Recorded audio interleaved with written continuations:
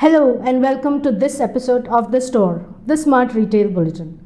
First up, our pick of some key news and developments in retail from India and across the world in top lines. Let's take a look.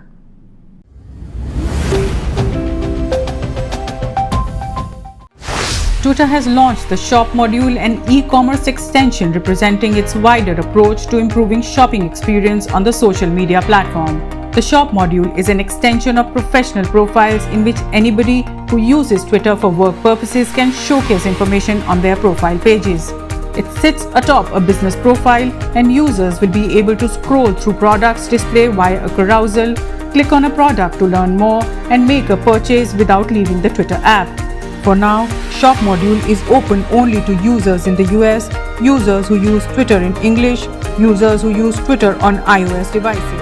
In the announcement, Bruce Falk, the product lead at Twitter, wrote, "Fundamentally, it'll give us the chance to keep learning about which shopping experiences people prefer on Twitter." Omnichannel beauty retailer Nykaa has filed a draft red herring prospectus with market regulator SEBI to raise INR 4,000 crore via an initial public offering. The IPO will comprise fresh issues of up to INR 525 crore and an offer of sale of up to 4.3 crore shares by existing shareholders. Backed by TPG Growth, Lighthouse Funds, Fidelity Management and Research Company, among others, Nykaa has raised a total of around INR 520 crore till date. It turned profitable in FY19, posting revenues of over 1100 crore, which rose by 60% in FY20. Nykaa lists over 1500 brands on its e-commerce platform and also retails through 73 brick-and-mortar stores across in 3 different formats as of March 31, 2021. Reliance Industries is reportedly in talks with quick service restaurant chain Subway Inc. to buy its Indian franchisee for a price pegged between Rs 1,488 to Rs 1,860 crore. The QSR chain operates in India through several master franchisees. If confirmed, the deal will add to Reliance Industries' existing retail bandwidth, a network of 600 plus Subway outlets across India. The Subway restaurant chain is the world's largest submarine sandwich franchisee with more than 40,000 restaurants open in 106 countries across the globe. Titan Company Limited has reported a consolidated profit of Rs 18 crore for June quarter, signaling an encouraging business revival. The company had reported a net loss of Rs 297 crore in the corresponding period of the preceding fiscal. Total income during the quarter stood at Rs 3,519 crore. The company said its high revenue in the quarter was primarily driven by the base effect of zero sales in April last year. Titan's jewelry division recorded an income of Rs 2,467 crore for the quarter as compared to Rs 1,182 crore in the same period last year. The watches and wearable business posted an income of Rs 292 crore as against Rs 75 crore earlier, while the eyewear business income stood at Rs 67 crore compared to Rs 30 crore in the first quarter of FY21.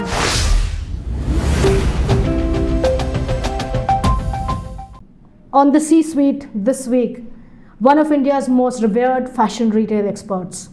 I spoke to J. Suresh, former Managing Director and Chief Executive Officer, Arvind Fashions Limited, on the future of the business. Here are some clips. For the larger part of the past 14-16 months or so, the biggest challenge for fashion businesses has been one of survival. Of course, cost controls were deployed, digital initiatives were taken on to stem the bleed during the crisis. But what do you think are the long-term learnings for fashion retail? No, I think you rightly said, the two big things which actually retailers did to survive was cost cutting and digital initiatives. But in my view, I think what COVID has done is probably, will lay a foundation for a very, I would say, a profitable fashion business as we go forward. So what COVID has done is to accelerate the change of the practices of the company. So I think more so the fashion company, which in a way used to operate with a large amount of working capital. Working capital, I would say, is the bane of fashion industry. I strongly believe that some of the changes which COVID has forced fashion industry to implement will substantially improve the working capital turns of the fashion business. For example, if you really take our entire design process or design to go to market process, no, starting from design to the consumer buying the brand or buying the product, it used to take anything between 9 to 12 months. 9 to 12 months in today's world, I think it's too long a period because so many things can happen between 9 to 12 months, and what you anticipated 9 months back need not necessarily be what is required 9 months later. What does the future of brick and mortar fashion retail look like to you? See, I won't call see a brick and mortar fashion at all. Today, I think everyone should recognize that we are going to sell a brand, and that brand, wherever the customer is going to buy the brand, it's important that that customer makes a choice of my brand.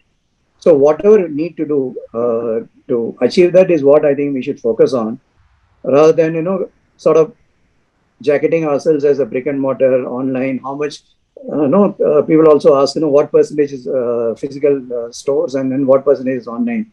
I think we should not even think that way. We should only think customer and then say that this is what I'm delivering, whether I'm doing whether it's a physical store or online store.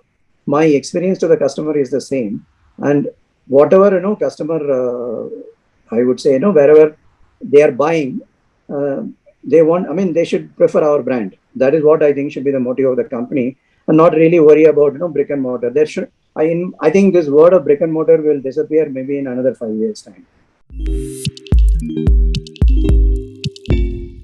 Great insights there. Don't forget to watch Mr. Suresh's full interview, which will be broadcast on August 8 on Indiaretailing.com's YouTube channel. Thank you so much for watching. We'll be back soon with another episode. Until then, have a great weekend and goodbye.